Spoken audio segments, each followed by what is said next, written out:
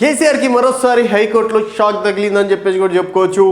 అయితే తన విద్యుత్ కొనుగోలులో అక్రమాలు జరిగాయంటూ జస్టిస్ నరసింహారెడ్డి గారితో ప్రత్యేకంగా ఒక కమిటీ వేయించి కేసీఆర్ గారిని విచారణకి రమ్మనడం, తర్వాత అసలు ఆ కమిషన్నే దండగా కమిషన్ని తీసి పడేయండి అని చెప్పేసి కూడా రిటర్న్గా కేసీఆర్ గారు కూడా లేఖ రాశారు. సో మొత్తానికి ఆ కమిషన్ గురించి హైకోర్టులో పిటిషన్ కూడా వేయడం అనేది జరిగింది. సో మొత్తానికి తీరా చూసుకున్నట్టయితే అది కేసీఆర్కే ఎదురు దాడి దిగిందని చెప్పేసి కూడా చెప్పుకోవచ్చు. హైకోర్టులో కేసీఆర్కు బిగ్ షాక్. విద్యుత్ కమిషన్పై వేసిన పిటిషన్ డిస్మిస్, ప్రభుత్వ వాదనలను సమర్థించిన ద్విసభ్య ధర్మాసనం.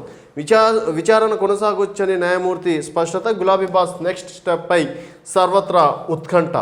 మాజీ సీఎం బీఆర్ఎస్ అధినేత కేసీఆర్కు హైకోర్టులో బిగ్ షాక్ తగిలింది. విద్యుత్ కమిషన్ ఏర్పాటుకు రద్దు చేయాలని ఆయన వేసిన పిటిషన్పై విచారణ జరిపిన తెలంగాణ హైకోర్టు రీట్ పిటిషన్ను కొట్టివేసింది. ప్రభుత్వం నియమించిన కమిషన్ ఏకపక్షంగా వ్యవహరిస్తుందన్న వాదనను తోసిపుచ్చింది. నిబంధనల ప్రకారమే వ్యవహరిస్తుందన్న అడ్వకేట్ జనరల్ వాదనను సమర్థించింది.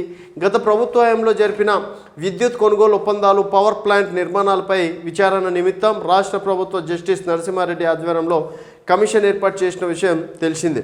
సో మొత్తానికి పిటిషన్ల తరపున వాదనలు చూసుకున్నట్టయితే కమిషన్ విచారణకు హాజరు కావాలని పలువురు విద్యుత్ శాఖ అధికారులు, రిటైర్డ్ ఆఫీసర్లకు నోటీసులు జారీ చేశారు. ఈ క్రమంలోనే మాజీ సీఎం కేసీఆర్కు కూడా నోటీసులు పంపింది. దీనిపైన కేసీఆర్ విద్యుత్ కమిషన్ తీరు సరిగ్గా లేదని, ఏకపక్షంగా వ్యవహరిస్తుందని, కమిషన్ను రద్దు చేయాలని హైకోర్టులో రిట్ పిటిషన్ దాఖలు చేశారు. ఇరు వర్గాలు తమ వాదనలు వినిపించారు. పిటిషన్ల తరపున న్యాయవాది ఆదిత్య సోది కొనుగోలులో ఎక్కడ అవకతవకలు జరగలేదని, సహజ న్యాయ సూత్రాలకు విరుద్ధంగా కమిషన్ ఏర్పాటైందని ఇక్కడ కేసీఆర్ తరఫున వాదించడం అనేది జరిగింది. అదే కమిషన్ ఎదుట మరి హాజరవుతారా లేదా, ప్రభుత్వం తరఫున ఏజీ సుదర్శన్ రెడ్డి వాదనలు వినిపిస్తూ పద్ధతి ప్రకారమే విచారణ జరుగుతుందని, ఇప్పటికే ట్రాన్స్కో, జెన్కో ఆఫీసర్లను కూడా కమిషన్ విచారించిందని తెలిపారు.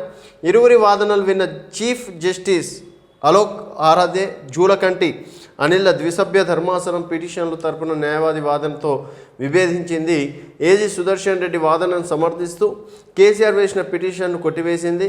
విద్యుత్ కమిషన్ తన విచారణను కొనసాగించవచ్చని హైకోర్టు స్పష్టం చేసింది. అయితే ఈ కేసీఆర్ కమిషన్ ఎదుట హాజరవుతారా లేక సుప్రీంకోర్టుకు వెళ్తారా అనేది వేచి చూడాల్సిన విషయం. సో మొత్తానికి తెలంగాణలో విద్యుత్ కొనుగోలులో అవకతవకలు జరిగినాయి. ఆంధ్రప్రదేశ్ ఉన్నప్పుడు, ఉమ్మడి ఆంధ్రప్రదేశ్లో ఉన్నప్పుడే విద్యుత్ అంత కొనుగోలు చేయలేదు.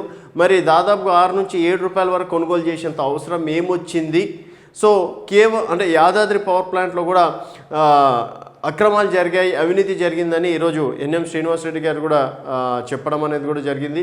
సో ఇటు అసలు ఏమంటారు, ఈ కమిషనే వేస్ట్ అని చెప్పేసి ఇటు ప్రభుత్వానికి కావచ్చు, కమిషన్కి ఆపోజిట్గా రీపిటిషన్ కూడా వేయడం అనేది జరిగింది. సో ఆ పిటిషన్ని కూడా కొట్టివేస్తూ డెఫినెట్గా విచారణకు హాజరు కావాలని చెప్పేసి పిలవడం. సో మరి ఇప్పుడు కమిషన్కి కమిషన్ సభ్యుల ముందల హాజరవుతారా లేకపోతే సుప్రీంకోర్టులో దీనిపైన ఫైట్ చేస్తారా అనేది వేచి చూడాల్సిన విషయం. సో మొత్తానికి విద్యుత్ కొనుగోలు విషయంలో అవకతవకలు జరిగాయని మీరు భావిస్తే మీ అభిప్రాయాల కింద కామెంట్ రూపంలో తెలియజేయండి. చూస్తూనే ఉండండి వైబ్రాంట్ టీవీ.